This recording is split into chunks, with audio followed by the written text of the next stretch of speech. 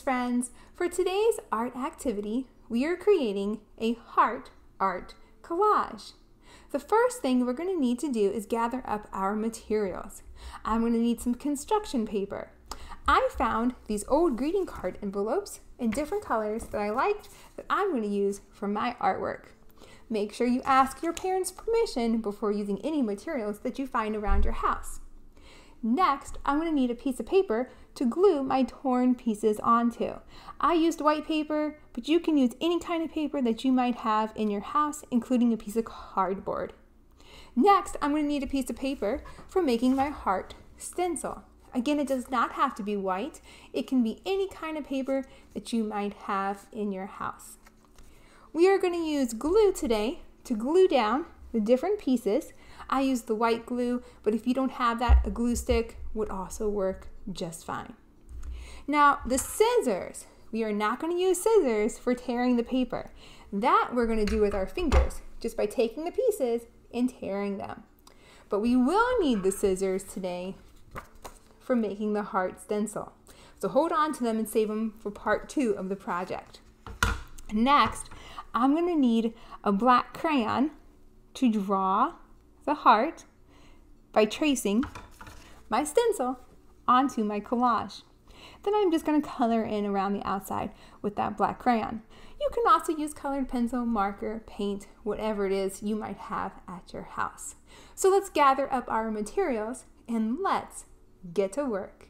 For today's art activity, I'm going to begin by tearing up all of my construction paper into smaller pieces that I can use in my collage. Once I have torn up all my pieces of paper, I'm going to start gluing them down with just a dot. I can also use a glue stick, but the white glue does stick better. Just a dot, and then place it next to the other piece. Think about how you can overlap them just a tiny little bit, so that way you do not see the background paper in between the pieces. It is also okay if the pieces stick off of the edge of your background paper just a little bit. You can always trim it up later. Try to place the colors next to each other so that way you have a nice variety of colors. Once you are done, press and rub on the back to make sure it is stuck and then let it dry for a few minutes. While you're waiting for it to dry, get yourself another piece of paper. This is going to be used for making our heart stencil. Fold it in half, making sure those corners are touching.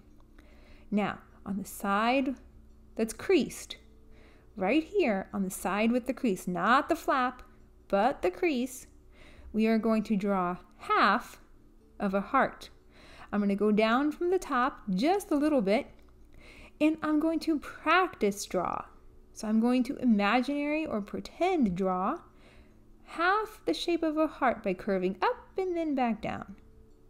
And as I practice, once I think I have it, I can go ahead and press harder. If it's not perfect, I can kind of smooth it out some with my crayon, change the shape of it if I need to. That one corner was a little too curvy, so let me see if I can't smooth it out some. That looks good. Again, if you make a mistake, go ahead and just draw it again. We are going to cut this out so no one will know if it wasn't perfect the first time. Use your scissors and cut carefully along that line. Once you are done, it should, if you open it up and you made it on the crease, make a heart. I am now going to take that heart stencil and trace with my black crayon around the outside onto the collage paper. Use your hand to hold the heart stencil in place while you trace around the edges. Because we used torn paper and collaged the background, it can be a little tricky, so take your time and go slow. If any of your pieces pop up, remember you can always glue them back down again. I am now going to use the black crayon on its side or on its point. It's up to you how you want to do it. Point or side works, and you are going to color around the outside of your heart. Now, the harder you press with the crayon, the more you will cover up the paper in the background. It's up to you as the artist to decide how much of that paper you want to have showing through your coloring. So the harder you press, the less of that color you will see behind it. Take your time. You might have to hold some of those pieces down as you're coloring on top of them so they do not pop up.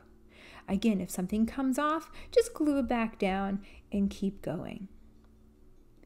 Work all the way around the outside, trying to color in the same direction the entire time. Make sure you check your work, that you didn't miss any spots, and don't forget to photograph it and post it and share your art on Artsonia.